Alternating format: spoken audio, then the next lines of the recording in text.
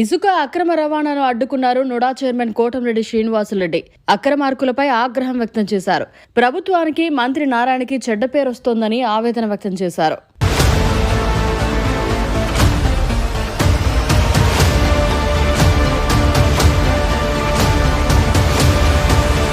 Nellore city నియోజకవర్గంలోని దీన్ దయాల్ నగర్ సమీపంలోని పెన్నా నదిలో ఉండే నాణ్యమైన ఇసుకను అక్రమార్కులు యథేచ్ఛగా తవ్వేస్తున్నారని, రాత్రి సమయాల్లో జేసీబీ సాయంతో టిప్పర్లతో జిల్లా సరిహద్దులు దాటించేస్తున్నారని, పెన్నా నదిలో ఇసుకను తవ్వేస్తుండటంతో స్థానికులు తీవ్ర ఇబ్బందులు ఎదుర్కొంటున్నారన్నారు.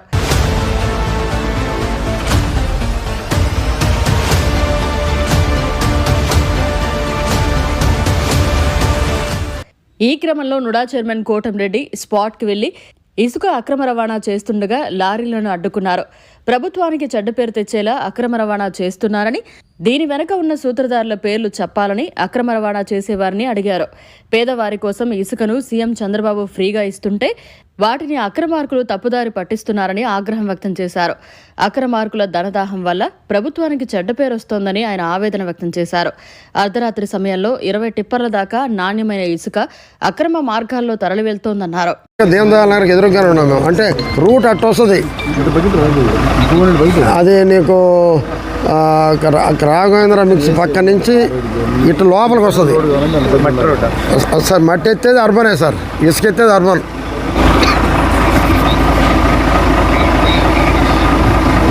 కరెక్ట్గా దీన్ దయాల్ నగర్ పైన పోతే కొంచెం ఆ పైన తిరగద్ది. అసలు పెట్రోల్ బంక్ ఎదురు రోడ్డు. మేడం గారు ఇప్పుడే పెడతా సార్. అమ్మా నీకు ఇప్పుడే పెడతామమ్మా. మేడం ఇప్పుడే పెడతాం మేడం. ఇసుక అక్రమ రవాణా చేసే వారి పట్ల కఠినంగా వ్యవహరించాలని మంత్రి పొంగూరు నారాయణ పోలీసులను ఆదేశించినా అక్రమార్కులు మాత్రం రాత్రి సమయంలో రవాణా చేస్తున్నారని మండిపడ్డారు. ఇసుకను దోచుకుంటున్న స్మగ్లర్స్ ని వదిలే ప్రసక్తే లేదని మంత్రి నారాయణ చెప్పారని కోటంరెడ్డి తెలిపారు. జేసీబీలు, హిటాచీల సాయంతో ఇసుకను దోచుకుంటున్నారని, వారిపై చర్యలు తప్పవని ఆయన హెచ్చరించారు. 2 నెలల నుంచి ఇసుకను తరలిస్తున్నారని మండిపడ్డారు. పెనుపల్లికి చెందిన జానీ అనే వ్యక్తి ప్రస్తుతం ఇసుక రవాణా చేస్తున్నట్లు డ్రైవర్ చెప్పారని కోటంరెడ్డి తెలిపారు. ప్రభుత్వానికి, మంత్రి నారాయణకి చెడ్డ పేరు తెస్తే చూస్తూ ఊరుకునేది లేదని కోటంరెడ్డి హెచ్చరించారు. దీని వెనక ఉన్న మాఫియా లీడర్ ఎవరో పోలీసులు తేల్చాలని కోటంరెడ్డి డిమాండ్ చేశారు. గత ప్రభుత్వంలో ఎమ్మెల్యేలు ఇష్టారాజ్యంగా ఇసుకను దోచుకున్నారని, అందుకే ప్రజలు వాళ్ళని ఇంటికి పంపారని గుర్తు చేశారు. 60 నుంచి 70 కోట్ల ఇసుకను వైసీపీ ఎమ్మెల్యేలు దోచుకున్నారని, అప్పుడు కూడా తాను పోరాటం చేశానని కోటంరెడ్డి గుర్తు చేశారు. మా ప్రీతమ నాయకులు చంద్రబాబు నాయుడు గారు ఇసుక ఉచితంగా పెట్టి మొత్తం పేదవారికి ఒక అండగా నిలిచారు.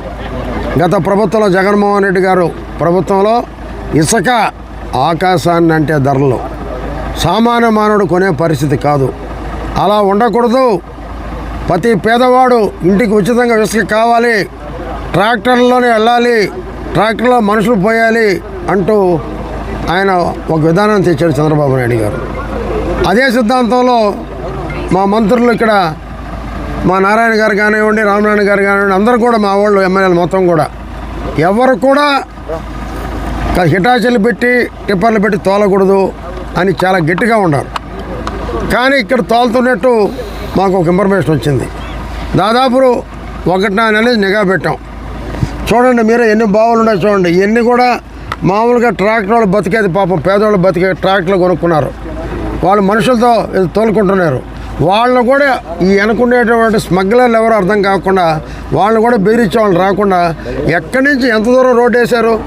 ఇంతలా రోడ్డు రావాలంటే మాకే అర్థం కాలేప్పుడు అంత ఘోరంగా తయారు చేశారు. ఈరోజు నారాయణ గారు అయితే గట్టిగా చెప్పాడు, ఎస్పీకి డిఎస్పీకి నన్ను ఫోన్లో కలిపి మా వాళ్ళు పట్టుకున్నారు, వాళ్ళు వదలొద్దు, వాళ్ళు వెనక ఏ పార్టీ అయినా ఎటువంటి వాళ్ళైనా వదలొద్దని మా నారాయణ గారు ఇప్పుడే చెప్పడం జరిగింది. ఎందుకంటే మేము ఏ పార్టీ అయినా చూడటం, స్మగ్లర్లు ఉండకూడదు, పేదవాడికి అందే ఇసుక ఎవరికి వెళ్ళకూడదు, పేదవాడికే వెళ్ళాలి. ఇది ప్రజల సొత్తు. ఇది అంతేగాని అక్రమంగా చూడండి. ఒక హిటాచీ ఎంత పెద్ద హిటాచీ పెట్టారో నిన్న 13 ట్రిప్పులు 14 ట్రిప్పులు తిరిగిందండి రాత్రి. ఇప్పుడు ఇది వచ్చి 5వ ట్రిప్పు. మేము వేసిన నిఘాలో అర్జెంటుగా నేను 5 నిమిషాల్లో ఒకరు ఫోన్ చేసి ముందు పోయి ఆపండి అని చెప్పాను. వాడు ఎవరి కన్నా అంట దీని సూపర్వైజర్, వాడు పరిగిస్తే వెళ్ళిపోయాడు దొరకకుండా. డ్రైవర్లు వచ్చి సార్ భయపడతాం, మీకేం సంబంధమే, మాకు కావాల్సిన ఓనర్లు ఎవరు, దీని వెనక స్మగ్లర్ ఎవరు, వాళ్ళకి కావాలి మాకు. ఎందుకంటే చూడండి హిటాచి చూడండి, ఆయన ఓనర్ వచ్చి ఆయన పెనుబల్లి అంటే బుచ్చి పక్కన పెనుబల్లి జానీ ఓనరు. ఈ నిన్నటి నుంచి పెట్టాడు, నిన్న 13 ట్రిప్పులు నిన్న తోలారు. అంతకుముందు దాదాపు 2 నెలల నుంచి ఇక్కడే శ్మశానం పక్కన ఒక హిటాచి ఉంది, కానీ ఎన్నో తోలేరు. చూడండి బావులు నీళ్లు వదులుతున్నారు. ఎట్లా వదులుతున్నారు, ఎక్కడి నుంచి వస్తున్నాయి నీళ్లు, గుంటలు కనపడకుండా.